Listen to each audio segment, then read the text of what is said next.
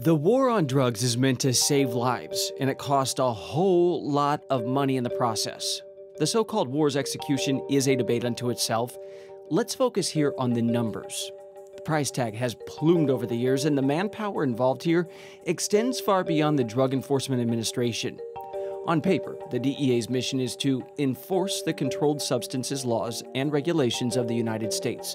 With almost 7,000 employees, 84 attorneys, and nearly 3,500 agents. But President Trump's recent proposed budget makes very clear this spreads far and wide across the government, calling for $27.8 billion for drug control efforts spanning prevention, treatment, interdiction, international operations, and law enforcement across 14 executive branch departments, the federal judiciary, and the District of Columbia. But again, this likely underestimates the true cost. Let's jump back in time for a second, 1997, to really examine this. Rolling Stone ran a detailed investigation headlined "The Drug War: Where the Money Goes," putting the drug fighting figure at that time at $16 billion a year. Where did it all go?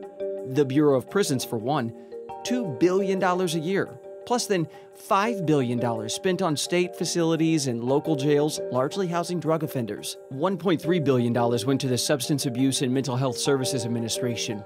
Most of the block grants go to the states to support new or existing drug treatment facilities, clinics, prevention programs, maternal and child care units, and HIV/AIDS programs. Beyond that, money flows to tons of different agencies, talking about the FBI, Veterans Affairs, Defense Department, Customs, Department of Education, and so on and so on and so on.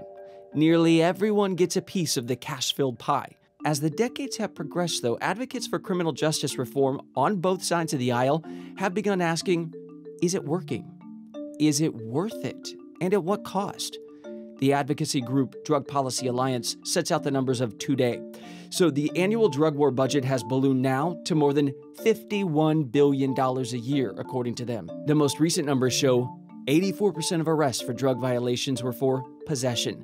Not selling, not distributing, possession, leading to about 1.25 million arrests. As a result, the Alliance estimates that 1 in every 111 Americans is now behind bars.